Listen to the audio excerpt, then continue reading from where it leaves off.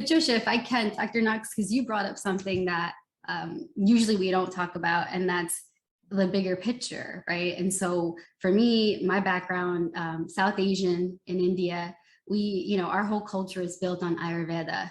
And Ayurveda is, it's the way of life.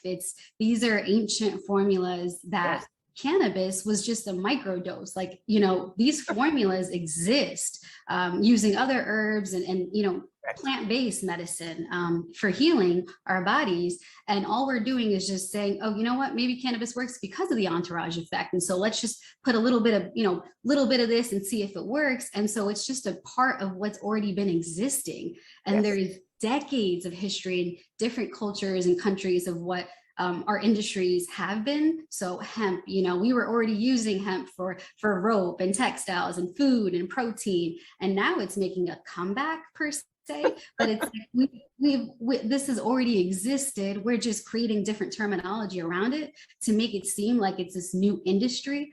I don't even like calling it like a new industry. It's been here. We're figuring out how, to reclaim really what's been lost from the civilizations that I think this plant was ripped from, right? And especially how we live right now. And so you mentioned, I'm jumping to social equity, but that phrase is thrown around now so loosely, everything's social equity, everything's going to do. And it's like, what does it even mean? Like to do social equity, and who are we talking about?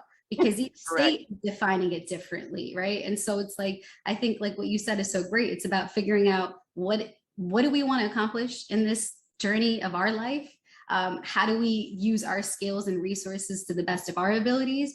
And then if cannabis happens to come into the way, that's great, but it's just not the end all be all. It's like we're making it as this brand new commodity, and it really isn't.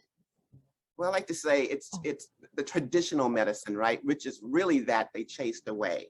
The man to plant relationship was chased away. What we call conventional is the new stuff. So we need to redirect our terminology.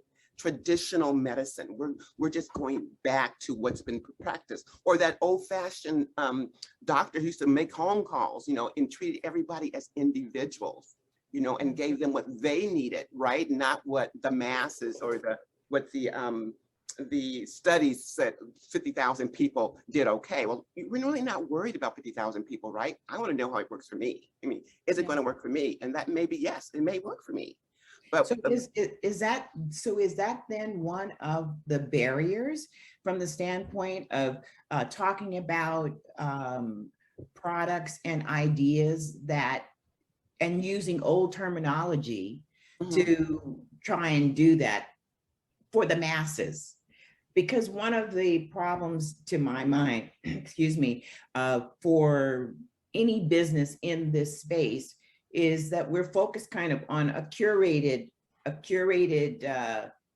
outcome, So it makes it difficult to think about it as a huge business, because you really do have to deal with it the way that the plant itself is, that it is personalized,